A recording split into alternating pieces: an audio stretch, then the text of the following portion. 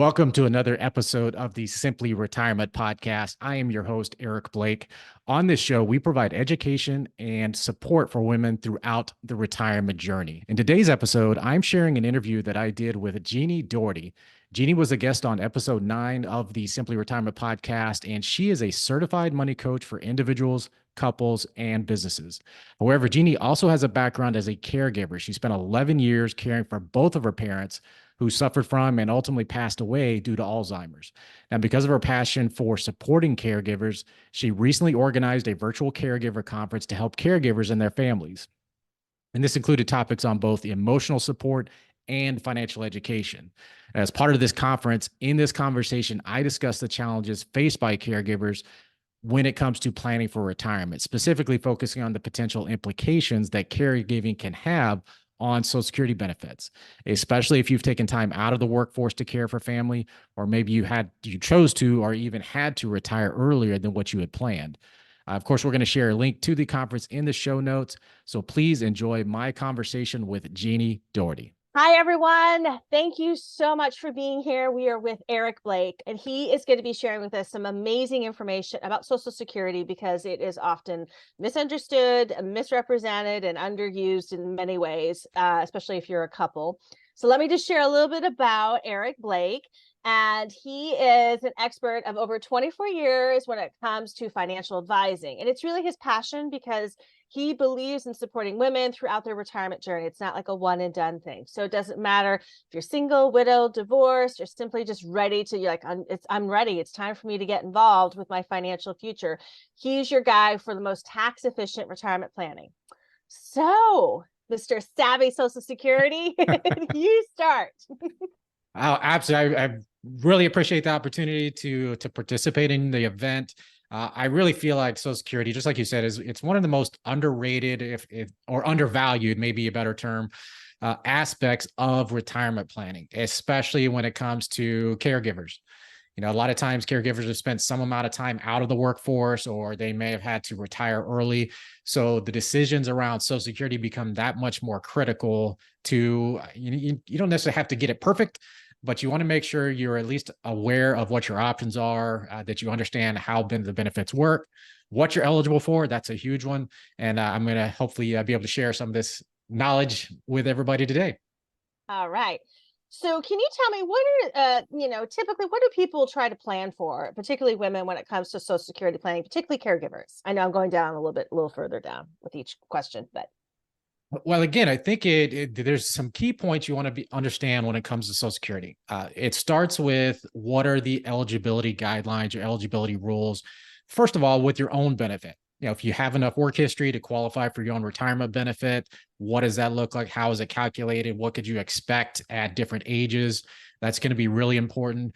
But you also want to make sure if you have been married, whether you're currently married or divorced or widowed, understanding how spousal benefits, ex-spousal benefits, survivor benefits, even ex-spouse survivor benefits, how those work and what you potentially could be eligible for, again, are really crucial in making good decisions for you, especially if you have been a caregiver, whether that's, again, you've had to take time out of the workforce, or you retired early than what you thought you might, or maybe you were forced to retire, depending on who you're taking care of. That can be a big factor as well. Totally. So you kind of gave different scenarios, and I was wondering if you could share with me and the rest of the audience here, like, is there a particular type of caregiver or a woman that you've helped and it's just gone like really well for them when they were like, oh, is that what my Social Security does? And that's how it adds as an asset to my retirement planning. Well, I think, again, anytime you're talking about retirement planning, you want to look at all aspects. You know, Social Security is a big piece to that, but also taxes are crucial in terms of, again, we never want to pay more to Uncle Sam than we need to. And one of the scenarios that comes to mind, it's somewhat of a sad situation, but as we've been able to help this particular individual, we've been able to kind of open up things and make sure she's going to be okay, which is ultimately, that's what our objective is as a financial advisor, financial planner. But she was in the position of caregiver for her special needs son. Mm. And she was out of the workforce for over 20 years. She also has a daughter that's now in her early 20s. Great young lady. She's awesome. But in this scenario, her husband, he was obviously the worker. He was the one that was earning the paycheck and accumulating Social Security earnings. And at 62, he made a decision that he was going to retire. He was going to retire. He was going to start Social Security. A lot of these decisions, unfortunately, that it's often the case. The husband is making the decisions because they think that's what's best for them or the family or whoever they think it might be best for. But sometimes, obviously, if you're making these types of crucial decisions, you really hope that it's a more of a team effort or joint conversation. But in this case, it wasn't really that situation. And retired at 62, started Social Security benefits at 62, and unfortunately, within about 3 months, he passed away. Oh. Not only that, he passed away, and actually, it was a month prior to that.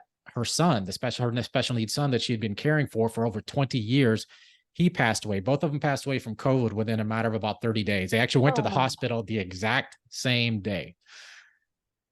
And for her, and obviously, not only is it the challenge of losing a family member or losing two family members in her particular case, she was a few years younger. So him being 62, she was at the time of 57, 58. So he started benefit early.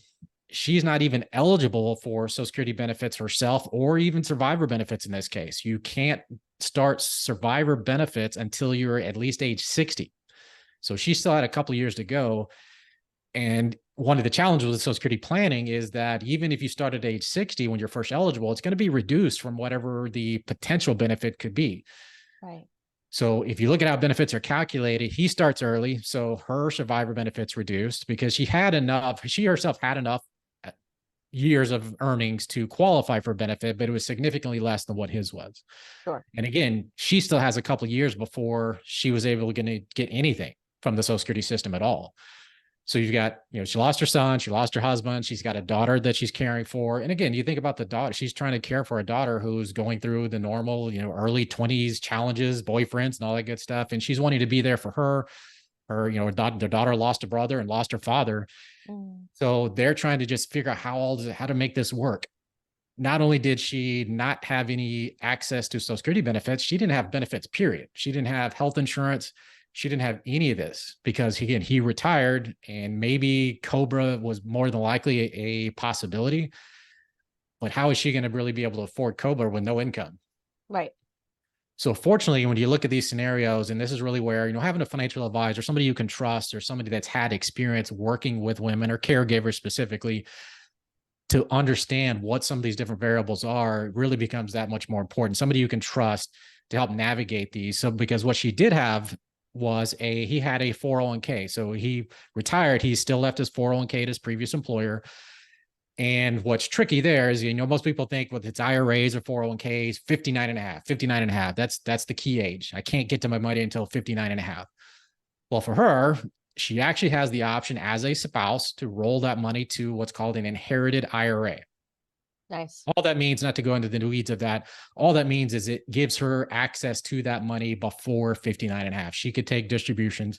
It's taxable as any IRA 401k distribution is. Right. But what it did for her is gave her enough income to qualify for ACA coverage, Obamacare. So she could get health insurance.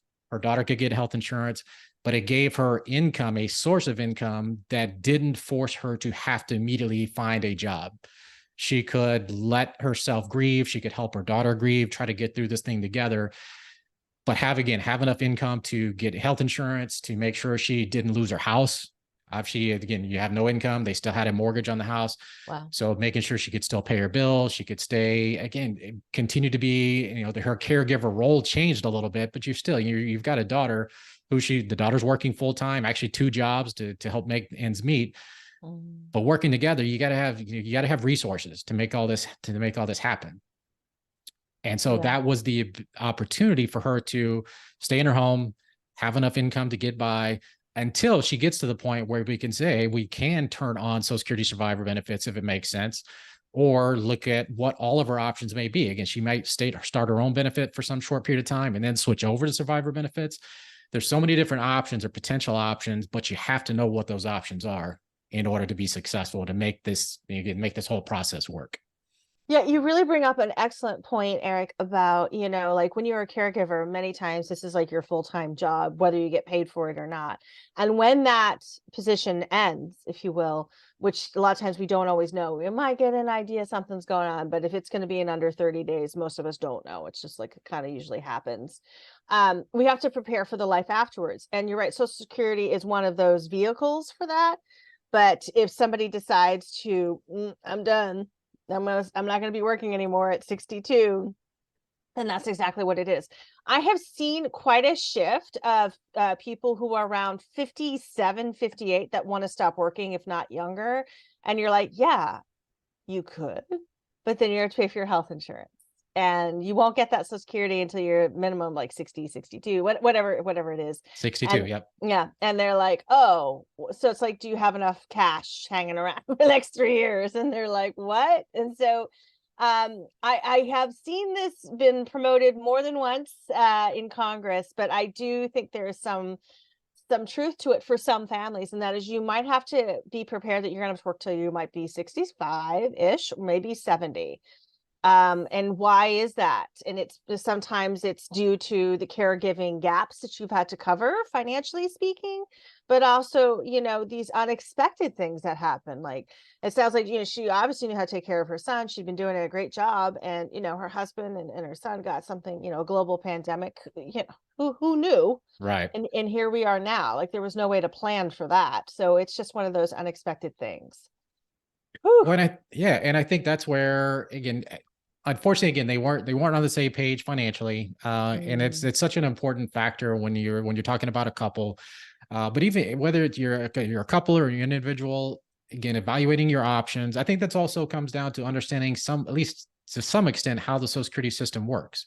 Right. Because if you think, if I'm going to retire at 57, one of the things you can always do is say, well, if I'm going to retire a little bit earlier than what I might either want to or need to, how many years do I have in the Social Security system? Is my benefit going to potentially be reduced if I make that decision?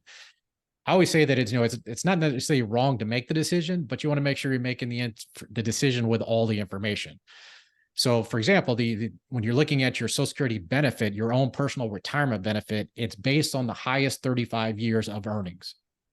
Now, there's some indexing for inflation that goes into that. But you could say, if you retire at 55, but you've been working since you're 20, you've got your 35 years in there. And if you can, log into the ssa.gov, find out what your projected benefit is. And as long as it's, you're comfortable with what that amount is, maybe it's okay to go and do so. Now, again, you've got a window of time that you've got to fill, whether, if you're a caregiver, are you working part-time? Are you trying to work full-time and care for somebody? And that's the reason why you're deciding to retire. But you want to make sure you have that information and know what the implications are going to be of stopping work. What is that going to do to your Social Security benefit? And again, if you're going to make the decision, make sure you're making the decision with all the facts, not just, unfortunately, I always say that, if you're making decisions based on emotions, more than likely when it comes to the financial aspects, it's at least there's a higher chance that it's going to be the wrong decision. Right. Well, that's true. As as a money expert myself, I often try to encourage people to have a healthy money brain instead of an unhealthy one, because unhealthy one costs you. But yeah, so I totally get that you really need to be able to do like this magical thing that we have in our brains, this money brain that allows us to forecast. However, most people don't really know how to do that, which is why I love talking to somebody like you, Eric, because you have the ability to look at the numbers just as numbers. And you have the ability to say, well, if you went a little bit here and you did a little bit over there, this is what the fluctuation is going to look like. And I feel like that's really important for people to see, particularly when they are caregiving, because they are often emotionally very stressed, practically tapped out, and trying to figure out a way through this. So when you can kind of say, here's what your Social Security is going to look like, here's what it's going to go, and here's how it's going to get done, then that's true financial planning. And that is worth every penny, in my opinion, especially when you are like, okay, I got to figure this out. I've got to be able to do this. I've got to be able to handle this situation without being like, I think I'll just quit now and, roll the dice. And it's like, okay. Well, actually, and you and I are going to be somewhat biased always to seeking professional guidance when it comes to making such a huge decision. And it's, it seems to be, to me, hard to make the argument that you wouldn't do that or wouldn't want to do that before making such a big decision around retirement or stopping to work. But, we, for every prospective client, so when the client comes to us and says, hey, how can you help me? What do I need to be thinking about? That's why we do what I call the Simply Retirement Roadmap for every prospective client. And all that is making sure we sit down, we identify what your goals are, what you're most concerned about, what keeps you up at night. And once we can identify those things, we can identify what your resources are. Then we come back and say, well, here, if I were you and I was trying to get you and I was trying to get from point A to point B, what would I be doing? And we evaluate things like retirement income, where if you're going to retire before you're eligible for Social Security, where's your income going to come from? How much are you going to need? How much do you want? If you're caregiving, sometimes your time's a little bit limited, but it doesn't mean you don't want to have fun to some extent. Go out to eat a few times or take a trip here or there. But we need to know what that's going to cost. And if it costs X amount, where's that going to come from if you don't have Social Security coming in? So we evaluate your retirement income. We look at your definitely your tax planning. There's different scenarios. Again, if you're under, I brought up the 59 and a half age earlier. If you're taking money out of retirement accounts, or if that's the only place you have retirement money, you got to make sure you understand what your options are. What are the tax implications if you've got to take money out of those retirement accounts before you're 59 and a half? There are actually ways you can do it without incurring what's typically a 10% early withdrawal penalty, but you got to know what those options are. And if you don't, that increases that tax burden. That's what I talk about. For the most part, we're all okay paying our fair share to Uncle Sam. We just don't want to leave a tip. And sometimes if you don't understand those 10% rules, that's leaving him a tip. That's paying more than you need to if you don't know what your options are. So tax planning is definitely asset protection. And then, of course, investment planning and making sure we structure a portfolio. If you need income from that investment portfolio, how does that work? How do we make sure that you've got enough income coming out of the portfolio? And maybe more importantly, what happens in those challenging years? 2022 was a challenging year to say the least. We have a year where the stocks are down, bonds are down, everything's down. Right. So how do we navigate those difficult periods, knowing that you can't just say, well, I'll just turn off my income. I don't need it this year. And normally that's not the case. So we need a strategy, a plan going into it, not while we're in the middle of it.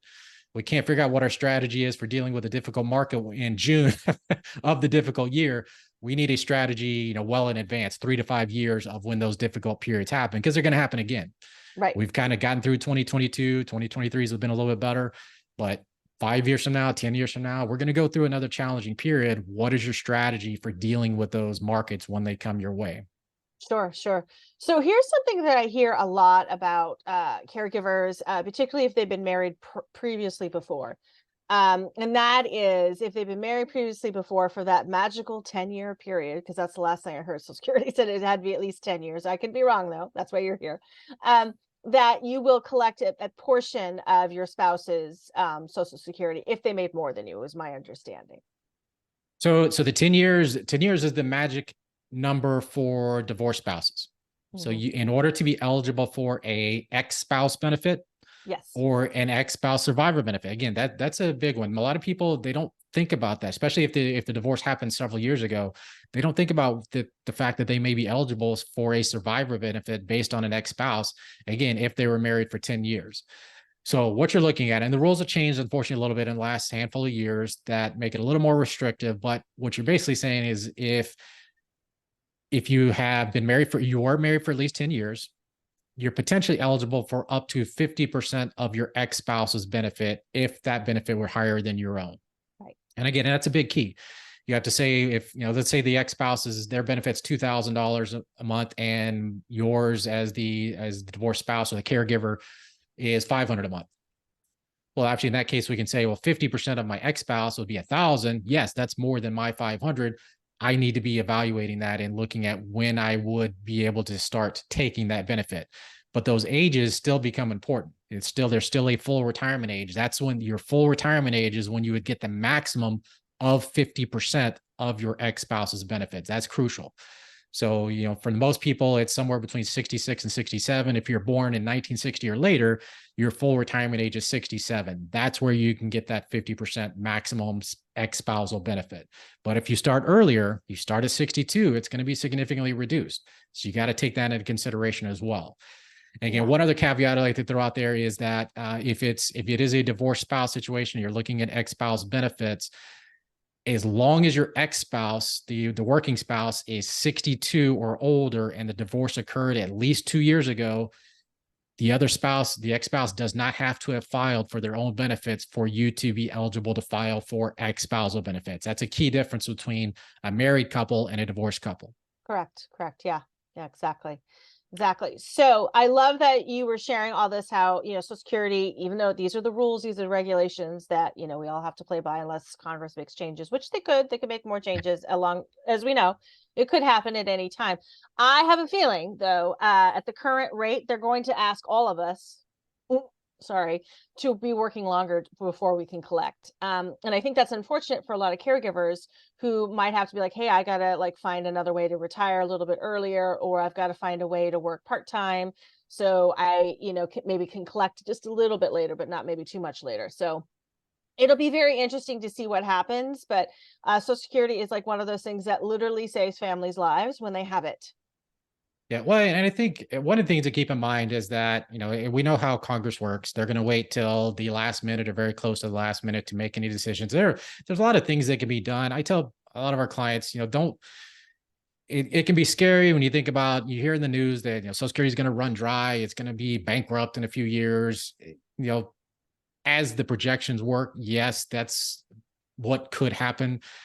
But there are definitely some solutions that could be implemented between now and 2034, 2035, whatever you're reading, whatever that's saying, they could do a lot of different things. They could extend the retirement age. They could change the cost of living adjustments. They could do a number of things. One of the things I tell our clients because a lot of our clients, they're 55 plus, typically either within 5 years of retirement or recently retired, is that if you're in that age range, there's a pretty good chance you're not going to get impacted, that you're going to get grandfathered into the current rules. So if you think about the most significant change we had in the Social Security system was in 1983. That's when they made the decision to extend the retirement age, where now it's 67. But that was grandfathered over time. You've seen that has occurred over several years. Yes. More than likely, it's going to happen something like that again. And that if you're already in your later 50s, early 60s, then pretty good chance you're going to get grandfathered in the current rules, and it won't impact you. But it is going to be the folks that are, in their probably say less than 50, that you are probably going to have to look at adjusting your assumptions on your retirement plan. Exactly. The other thing I tell people is that even now they say that if nothing's done, nothing changes whatsoever, when we get to that point, 2034, 2035, at that point, worst case scenario, they cut every benefit by 25% and we move forward. That solves the problem. I don't think that's what's going to happen. But again, for those folks that are under 50, probably not, at least for now, based on what we know, maybe not a bad decision to use that as your assumption. Say, I'm gonna plan on about 75% of what my current projected benefit is, and use that for planning purposes to say, again, if I'm 45 and I want to retire when I'm 55 or 58, whatever that age is, that's probably not a bad way to go, and just plan on about a 25% reduction in whatever my Social Security statement currently shows me, just so I'm not, it's kind of the idea, you plan for the worst, hope for the best. Right. And I just love how you gave this great example, Eric, by just simply saying, here's what the numbers look like. Here's what you do if you want to adjust by 25%, or here's when you just said, no, I'm going to keep it. And then here's what you do. It's just, they're just numbers, but how you plan with them can really make a huge difference. So that was really helpful. So is there anything else that you want to share, Eric, about Social Security? Again, I think Social Security, again, just understand at least the basics of how it works. Find out what your full retirement age is. Again, based on your year of birth, that'll help you determine what your full retirement age is. Full retirement age is such a crucial age because, again, it's going to tell you whether you're going to get the full benefit that you're projected to receive.